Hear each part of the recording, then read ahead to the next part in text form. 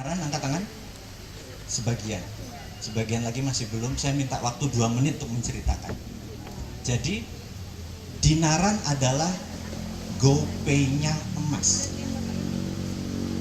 GoPay itu kan alat bayar ya, gitu ya.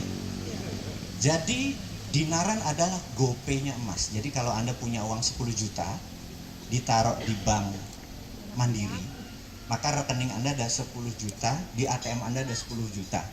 Kalau kita ngambil ke ATM 1 juta, tunainya diambil, ada 9 juta di rekening Anda, betul ya? Oke. Di dinaran adalah satu-satunya sistem di Indonesia yang kalau naruh 10 juta, di rekening Anda ada 10 juta rupiah dan 10 gram emas. Anggap sekarang 1 gram emas adalah 1 juta, bener nggak? Jadi 2. Rupiahnya mau diambil ATM, monggo. 1 juta. Di ATM selama ada tulisan GPN, Gerbang Pembayaran Nasional, Anda bisa ambil. Atau Anda mau transfer, pakai QRIS bisa, atau mau transfer ke rekening berapa? Transfer seperti halnya M-Banking. Rupiahnya. Jadi kalau ditransfer 1 juta, maka rupiahnya tinggal 9 juta, gramasi emasnya turun 9 gram, benar nggak? Kalau emas menjadi 1.200, gramasinya yang tadi 10 jadi 12 juta, benar nggak? Nah, sistem itu ada hanya satu-satunya di Indonesia, ada di dinaran. Nah, ini yang kita mau menceritakan. Jadi, HSI manajemennya terfikir untuk komisi daripada ditaruh di bank, Anda subjek pajak, mendingan dibeliin emas. Nah, kalau pakai emas, rupanya pelaturan di Indonesia itu menarik. Anda tidak kena pajak karena statusnya investasi. Paham ya? Sudah Anda emasnya naik terus nilainya terhadap rupiah tentunya. Yang kedua, Anda bukan subjek pajak lagi karena jadi investasi. Paham ya? Nah, disinilah jeniusnya manajemen HSI untuk menggabungkan, karena dia lihat potensi. Karena dia nggak ikhlas 25% pendapatan Anda dibayarin untuk sesuatu yang ya kira-kira lah, bener nggak? Kan mendingan buat kita sendiri, bener nggak? Malah dengan emas itu ada income tambahan buat Anda, kebayang ya? Nah, itu adalah dinaran.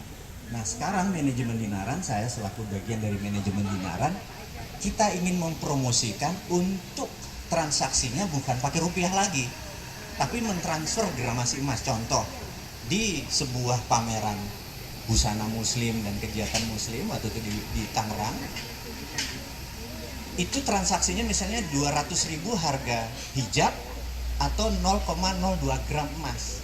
Punya rekening dinaran, transfer emasnya, ambil hijabnya.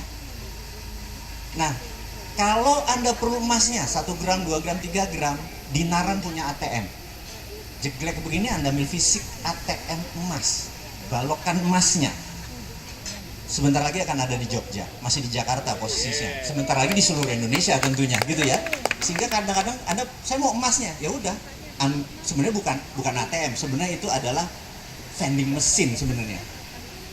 Yang kalau keluar, ya cuman keluarnya emas batangan aja, gitu ya. Jadi disinilah kalau teman-teman bisa nanti saya minta mendownload aplikasinya di dinaran.gold.com. Masukkan data Anda, rekening Anda bulanan masuk ke situ. Mau pakai emasnya boleh, mau pakai rupiahnya boleh, mau ditabung juga boleh. Tapi sekali lagi, itu bukan subjek pajak lagi. Menarik kan? Ingat, kalau Anda taruh di bank berapapun, itu subjek pajak. Dan itu pendapatan Anda tahun ini, itu subjek pajak, gitu. Dan jangan sampai kayak saya mencoba menghindari pajak, suatu hari kena pajak, ya bayarannya 9 digit juga. Yang ngeluh juga, bener nggak? Bayaran pajak besar itu kepala kita pusing, karena kok ya itulah urusan pajak ini benar-benar berbeda. Jadi nanti Anda akan merasakan begitu pendapatan Anda 2 miliar setahun, 3 miliar setahun, 10 miliar atau 100 miliar setahun, 25%-nya itu subjek pajak, bener nggak? 25 miliar loh Anda bayar pajak, bener nggak? Ya gitu, Anda bisa bayangin. Nah, kalau itu bisa dipindahkan ke emas, itu menjadi hak Anda semua. Kebayang ya? Bagi teman-teman, mudah-mudahan informasi sedikit dari saya ini bisa membangkitkan semangat persatuan kita. Dan saya minta 14 Februari nanti minimum 5 juta anggota HSI, setuju? Kalau bisa 10 juta, karena saya benar-benar pada saat 14 Februari itu saya benar-benar kita yang menentukan siapa yang mau, negara kita mau kemana, benar nggak? Setuju? Sukses buat HSI, sukses buat Anda semua. Pak, saya mohon maaf jika ada salah kata, ada yang pro Pak Luhut misalnya di sini. No. Kita enjoy waktunya, menikmati suasana hari ini. Dari saya, wassalamualaikum warahmatullahi wabarakatuh.